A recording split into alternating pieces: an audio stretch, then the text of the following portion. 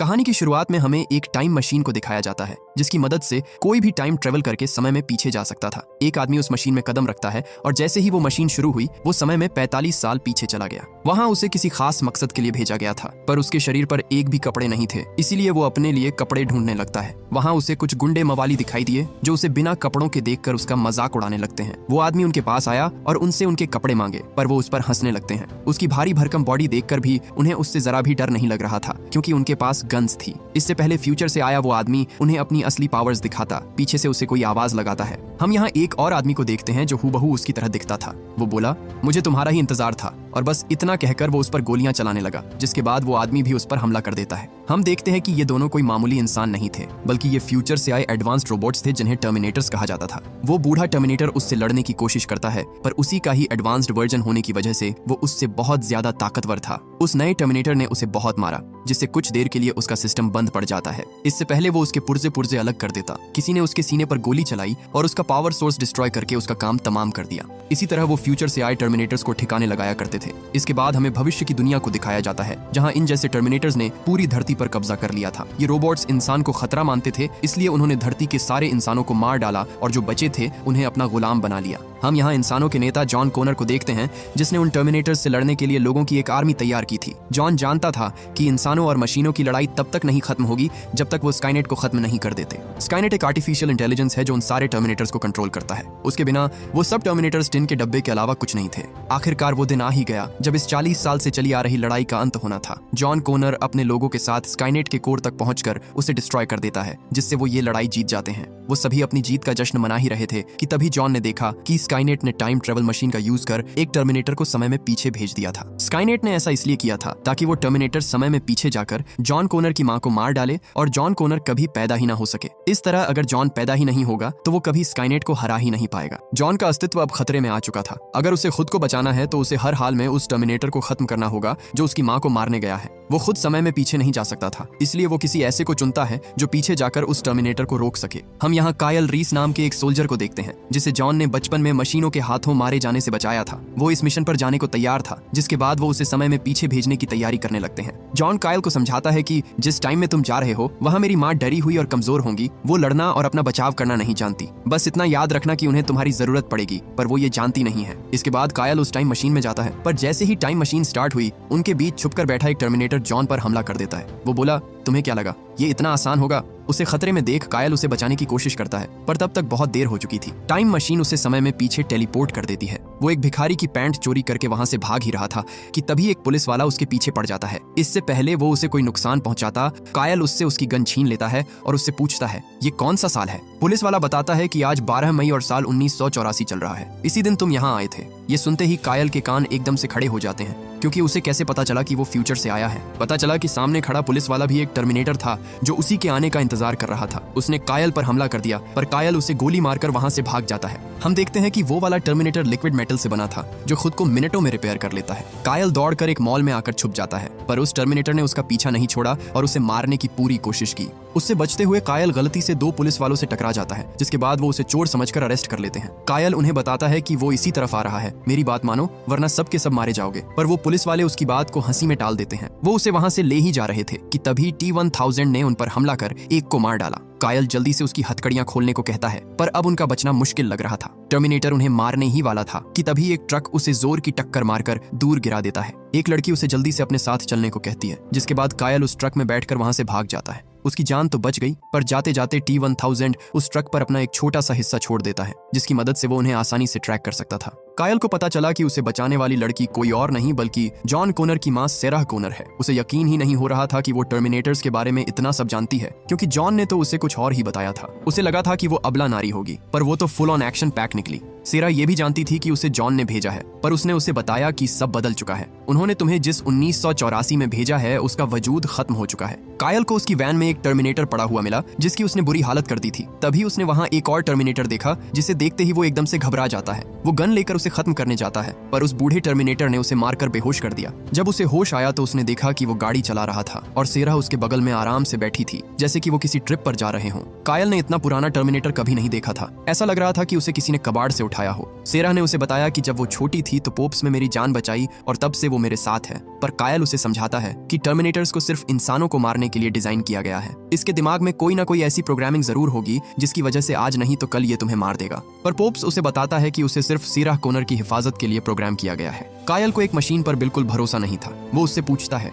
तुम्हें किसने यहाँ भेजा है? पर पोप्स के डेटाबेस को इरेज कर दिया गया था। किसी को नहीं पता था कि उसे किसने भेजा है। पर जिसने भी उसे भेजा था वो नहीं चाहते थे कि किसी को उनके बारे में पता चले ताकि स्काईनेट उन्हें निशाना ना बनाए। वो बात कर ही रहे थे कि तभी पोप्स वैन में T-1000 के लिक्विड मेटल को डिटेक्ट कर लेता है, जिसके बाद उसने उसे शूट करके नीचे गिरा दिया। कायल को लगा कि यहाँ सब गलत हो रहा है क्योंकि ये उसका मिशन नहीं था। पर सेरा उसे समझाती है कि जिस लड़की को तुम बचाने लौटे हो वो अब बदल चुकी है। अब हमारे पास एक नया मिशन है।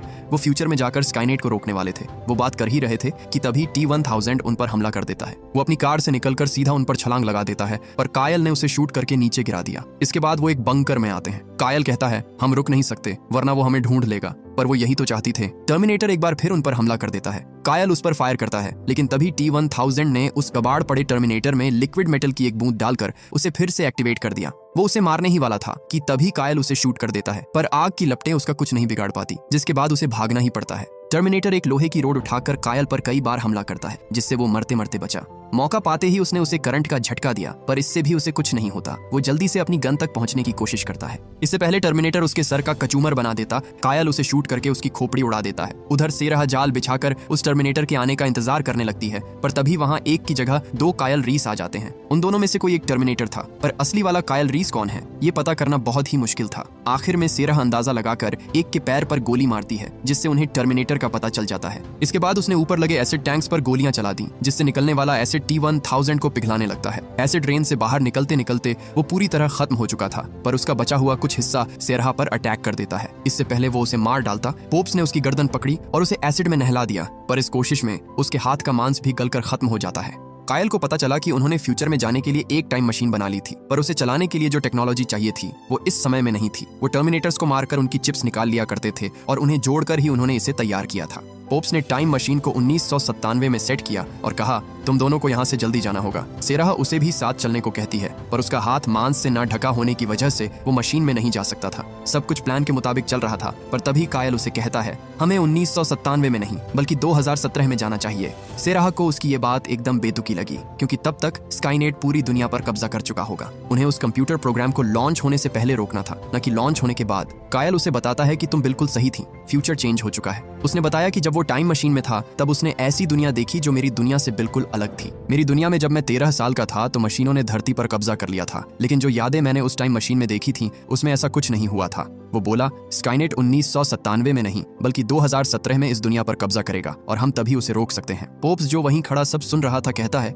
कायल शायद सही हो सकता है। यहाँ टेलीपोर्ट होते वक्त टाइम मशीन में कुछ गड़बड़ हुई होगी, इसलिए कायल को अपना अतीत याद आ रहा है जो हमारा भविष्य है। साफ शब्दों में कहा जाए तो कायल दो बिल्कुल ही अलग टाइमलाइंस के भविष्य को देख चुका था। एक टाइमलाइन जिसमें जब वो 13 साल का था तब दुनिया पर मशीनों का कब्जा था, और दूसरी टाइमलाइन जिसमें ऐसा कुछ नहीं हुआ था। सेरा के कुछ पल्ले नहीं पड़ रहा था। वो इस मशीन को सिर्फ एक बार ही इस्तेमाल कर सकती थी, इसलिए वो 1997 में जाने का फैसला करती है। वो टाइम मशीन स्टार्ट करने ही वाली थी कि तभी कायल एक चिप निकालकर उसे बंद कर देता है, क्योंकि वो ऐसा नहीं होने दे सकता था। सेरा उससे वो चिप वापस मांगती है, पर वो उसे चिप देने को तैयार नहीं था। कायल चाहता था कि वो उस पर यकीन करे। वो उसे यकीन दिलाने का कोई तरीका ढूंढ ही रहा था कि तभी उसे एक और बात याद आई। उसने सेरा के हाथ को पकड़ा और उस पर उंगलियां फेरते हुए कुछ शब्द बोलने लगा, जिसे सुनकर सेरा एकदम से ठंडी पड़ जाती है, क्योंकि ये उसके पिता के आखिरी शब्द थे जो उन्होंने मरने से पहले उसे कहे थे। उसने ये अभी तक किसी को नहीं बताया था, जिससे सेरा को यकीन हो जाता है कि कायल झूठ नहीं बोल रहा। कायल ने उसे बताया कि स्काईनेट एक कंप्यूटर प्रोग्राम है और जब तक उसकी कोडिंग चल रही है उसे रोका जा सकता है। एक बार वो सर्वर में अपलोड हो गया तो हम उसे नहीं रोक पाएंगे। इसके बाद वो दोनों मशीन में जाने की तैयारी करने लगते हैं। सेरा ने पोप्स को कसकर गले लगा लिया। वो उसे इस तरह अकेले छोड़कर नहीं जाना चाहती थी, पर पोप्स सेरा से वादा करता है कि वो 2017 में उसका इंतजार करेगा। इसके बाद कायल और सेरा टाइम मशीन की मदद से खुद को फ्यूचर में टेलीपोर्ट कर लेते हैं और बेचारा पोप्स पीछे ही रह जाता है। अब उसे अगले 33 साल तक इसी तरह अकेले ही उनके वापस लौटने का इंतजार करना पड़ेगा। उधर वो दोनों जैसे ही 2017 में पहुंचे, एक कार उन्हें टक्कर मारकर नीचे गिरा देती है। जल्द ही वहाँ पुलिस आई और उन दोनों को अरेस्ट कर लिया गया। इसी बीच हम पोप्स को देखते हैं जो अब बूढ़ा हो चुका था। वादे के मुताबिक उसने उन्हें ढूंढ लिया था, पर उसने आने में थोड़ी देर कर दी। कायल को बहुत गुस्सा आ रहा था क्योंकि पोप्स के देर से आने की वजह से वो स्काईनेट को रोकने की बजाय अब जेल की हवा खाने जा रहे थे। उन्हें बहुत चोट आई थी, इसलिए उन्हें इलाज के लिए हॉस्पिटल में एडमिट किया जाता है। 2017 में सिर्फ पोप्स ही नहीं था जो उनके लौटने का इंतजार कर रहा था। हम एक बूढ़े आदमी को देखते हैं जो पुलिस को उसे उन दोनों से मिलवाने की रिक्वेस्ट करता है। पता चला कि ये वही पुलिस वाला है जिसकी कायल और सेरह ने उस मॉल में जान बचाई थी। उसने इन 33 सालों में दुनिया को उनके बारे में बताने की कोशिश की, पर किसी ने उसका विश्वास नहीं किया। लोगों को लगा कि वो कहानियां बना रहा है। उधर एक नर्स जो सेरह को टाके लगा रहा था, अचानक ही जेनेसिस नाम के किसी कंप्यूटर सॉफ्टवेयर के बारे में बात करने लगता है। उसने उससे पूछा, ये जेनेसिस क्या है? जिस पर उन्हें पता चला कि जेनेसिस एक तरह का ऑपरेटिंग सिस्टम है जिसे हर इलेक्ट्रिकल डिवाइस में चलाया जा सकता है। नर्स उसे बताता है कि अगले 24 घंटों में जेनेसिस पूरी दुनिया में लॉन्च हो जाएगा, जिसके बाद मेरा फोन, मेरा कंप्यूटर, मेरी कार, सब कुछ इंटरनेट से जुड़ जाएगा। जेनेसिस एक तरह का एआई है जो उनकी जिंदगियों को और आसान बनाने वाला था। सेरा समझ गई कि ये जेनेसिस ही स्काईनेट है। ये सब लोग बहुत बड़े धोखे में थे कि ये एआई उनकी मदद करेगा। असल में होने वाला ये था कि जैसे ही ये इंटरनेट से जुड़ेगा, वो इंसानों को अपना दुश्मन समझने लगेगा और इंसानों को खत्म करने के लिए दुनिया भर की न्यूक्लियर मिसाइल्स को अपने कंट्रोल में लेकर उन्हें एक साथ लॉन्च कर देगा, जिससे धरती की 90% आबादी कुछ ही मिनटों में खत्म हो जाएगी और जो लोग बचेंगे उन्हें मशीनें धीरे धीरे पूरी तरह मिटा देंगी।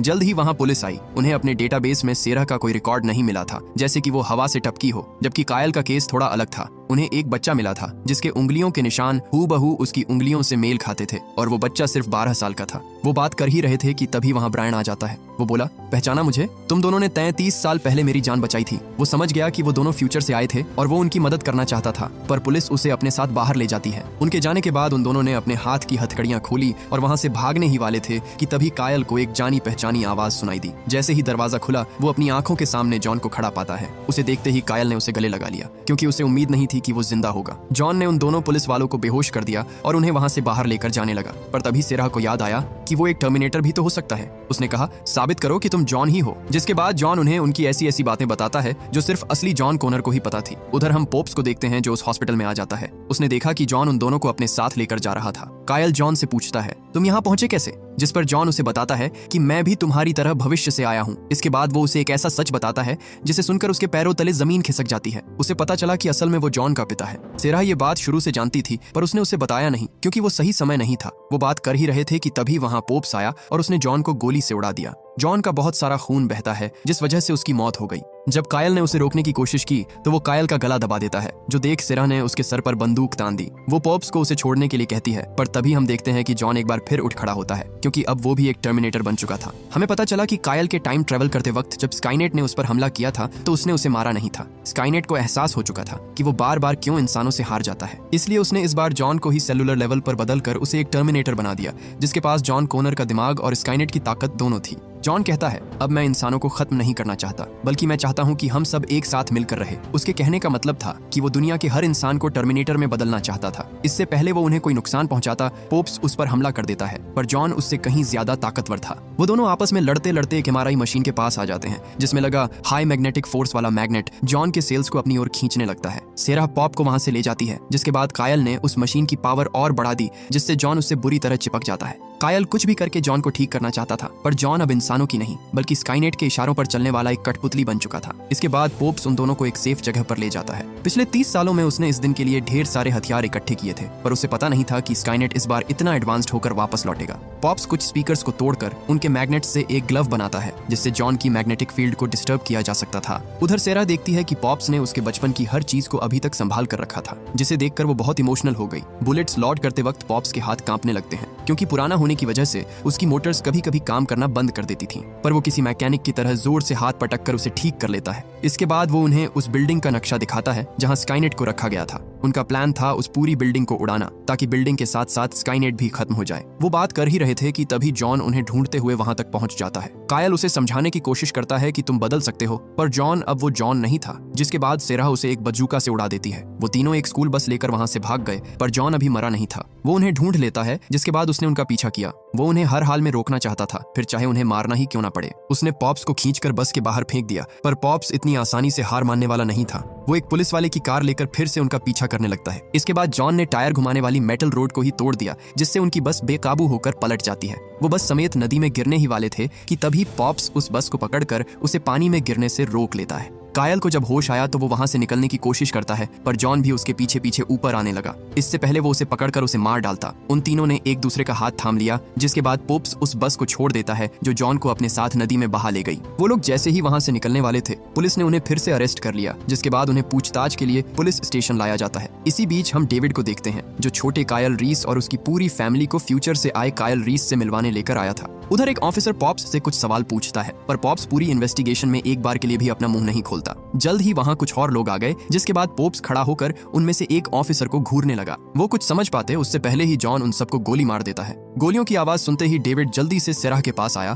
और उसे छुड़ा लिया। सेराह वहां से जा ही रही थी कि तभी उसे पता चला कि वहां छोटा कायल भी मौजूद था। वो उसकी निकलने में मदद करती है, पर जाते जाते उसने उसके हाथ पर उंगलियां फेरकर वही शब्द दोहराए जो उसके डैड ने मरने से पहले कहे थे। ऐसा करना जरूरी था, क्योंकि ये शब्द फ्यूचर वाले कायल को याद रहने वाले थे। इसके बाद डेविड उन दोनों को वेपन्स रूम में लेकर जाता है, जहां से उन्होंने ढेर सारे हथियार उठा लिए। वो हेलीकॉप्टर लेकर वहां से जाने ही वाले थे कि तभी जॉन फिर से उन पर अटैक कर देता है। उसने उन पर खूब गोलियां चलाई, पर कायल सबको उसकी गोलियों से बचाते हुए वहां से निकल जाता है। जॉन कुछ भी करके उन्हें जेनेसिस की बिल्डिंग तक पहुंचने से रोकना चाहता था, इसलिए वो हाथ धोकर उनके पीछे पड़ जाता है। पॉप्स उसका ध्यान भटकाने के लिए एक फ्यूल टैंकर को उड़ा देता है, जिससे उन्हें भागने के लिए थोड़ा और वक्त मिल गया। कायल जानता था कि जॉन इतनी आसानी से उनका पीछा नहीं छोड़ेगा, इसलिए वो अपने हेलीकॉप्टर को उसके हेलीकॉप्टर के सामने लाकर खड़ा कर देता है, जिसके बाद सेराह ने एरो फायर किया जो सीधा जॉन के सीने में जा लगता है। जॉन आउट ऑफ कंट्रोल होकर नीचे गिरने लगता है, पर क्रैश होने से पहले उसने खुद को ऊपर खींच लिया। अब उसे रोकने का सिर्फ एक ही तरीका बचा था, जिसके बाद पॉप्स अपनी जान की परवाह किए बगैर सीधा जॉन के हेलीकॉप्टर पर छलांग लगा देता है, जिससे जॉन हेलीकॉप्टर समेत जमीन पर क्रैश कर गया।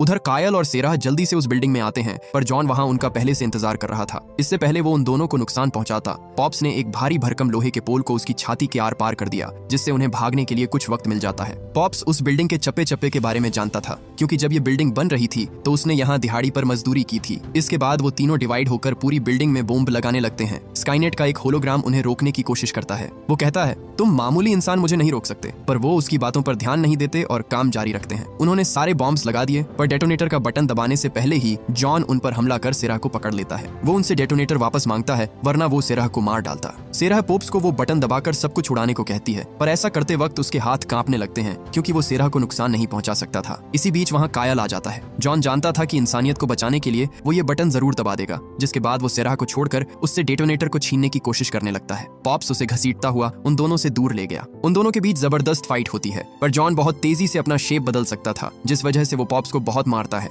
उसने उसके हाथ के टुकड़े कर दिए और उसे इतनी जोर की लात मारी कि वो दूर जा गिरा। जॉन उसे खत्म करने ही वाला था कि तभी पॉप्स अपने मैग्नेटिक ग्लव का इस्तेमाल कर उसे जोर का पंच मारता है। पॉप्स ने उस पर एक के बाद एक कई घातक वार किए, जिससे जॉन बहुत ज्यादा डैमेज हो जाता है। उधर स्काईनेट उन दोनों से बात करता है। वो खुद को भगवान से कम नहीं समझता था। वो कहता है, इंसानों को इंसान बनने में लाखों साल लग गए और मैं चंद सेकंड्स में बन गया। ठीक 4 मिनट के बाद तुम मुझे हर जगह पाओगे। उधर पॉप्स से मार खाकर जॉन को बहुत गुस्सा आ जाता है। उसका गुस्सा अब 7वें आसमान पर था, जिसके बाद वो पॉप्स पर अपनी पूरी ताकत से हमला कर देता है। जॉन उसका हाथ उखाड़कर उसे अपाहिज बना देता है, पर इसके बावजूद भी पॉप्स हार मानने को तैयार नहीं था। वो सेराह के लिए मर मिटने को भी तैयार था। जॉन उसे खत्म ही करने वाला था कि तभी वहां सेराह आ जाती है। उसने उस पर लगातार फायरिंग शुरू कर दी और इसी बीच पॉप्स उसे अपने मैग्नेटिक ग्लव से पकड़ लेता है। वो जॉन को ज्यादा देर तक नहीं रोके रख सकता था, इसलिए वो उन्हें जल्दी से टाइम मशीन चालू करने को कहता है। सेराह ऐसा नहीं करना चाहती थी, क्योंकि इस तरह जॉन के साथ साथ वो भी मारा जाता, पर अब उसे रोकने का कोई और रास्ता नहीं था। कायल टाइम मशीन को चालू करके वहां से भागने लगता है और जैसे ही मशीन ने अपने अंदर मेटल को डिटेक्ट किया, वो अजीब तरह से रिएक्ट करने लगती है। जॉन ने उससे बाहर निकलने की कोशिश की, लेकिन पॉप्स उसे ऐसा नहीं करने देता और उसे वापस अंदर खींच लेता है। टाइम मशीन उन दोनों को डिस्ट्रॉय करने लगती है, पर हार्ड मेटल का बने होने की वजह से पॉप्स का सर टूटकर मशीन से बाहर जा गिरा। वहीं जॉन, जो अभी तक उस मशीन में फंसा हुआ था, उसकी जबरदस्त एनर्जी से पूरी तरह डिस्ट्रॉय हो जाता है, जिससे वहां इतना तेज धमाका हुआ कि पूरी बिल्डिंग देखते ही देखते मलबे के ढेर में बदल जाती है। सेराह समय रहते बंकर का दरवाजा बंद कर देती है, जिससे वो उस धमाके के इम्पैक्ट से बच गए। सेराह पॉप्स के जाने से बहुत ज्यादा दुखी हो जाती है। वो वापस जाकर उन्हें बचाना चाहती थी, पर अफसोस ये मुमकिन नहीं था। इससे पहले कि उस बंकर की ऑक्सीजन खत्म हो जाती और वो दोनों मारे जाते, तभी एक टर्मिनेटर दरवाजा तोड़कर अंदर आ जाता है। वो दोनों बहुत डर गए, पर सेराह देखती है कि वो तो पॉप्स था जो उस धमाके में सरवाइव कर गया था। लड़ते वक्त उसका सर टूटकर लिक्विड मेटल में जा गिरा था, जिस वजह से वो अपग्रेड हो गया। उन सब ने मिलकर स्काईनेट के वजूद को हमेशा हमेशा के लिए खत्म कर दिया था, पर अब भी एक जरूरी काम बाकी था। इसके बाद वो सब छोटे कायल के पास आते हैं। सेराह उसे बताती है कि मेरा एक दोस्त तुमसे मिलना चाहता है। कायल उसे एक मैसेज देना चाहता था और वो चाहता था कि वो इस मैसेज को हमेशा याद रखे। वो बोला, जेनेसिस ही स्काईनेट है, इस बात को हमेशा याद रखना। इस शब्द को हर दिन दोहराना जब तक ये तुम्हारे जहन में ना बैठ जाए।